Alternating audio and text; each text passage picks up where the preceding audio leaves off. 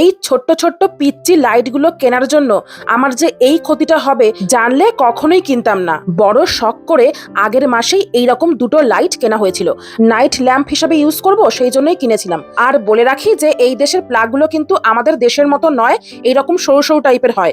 আগেই তো বললাম নাইট ল্যাম্প হিসাবে কিনেছিলাম, সেই জন্য সারা রাত ধরে জ্বালিয়ে রাখতাম। আজকে হঠাৎ করে সকালে উঠে দেখি আয়নার নিচের দিকটা এইরকম গলে গিয়ে একটা জায়গা থেকে তো কাঁচ বেরিয়ে এসেছে। এই লাইটের গরম আভাটা ওখানে পড়ে পুরো গলে গেছে আয়নার নিচের দিকটা। এখানটা তো প্লাস্টিক, আর সেই জন্য গরম তাপটা লেগে না এইরকম টাইপের গলে গেছে।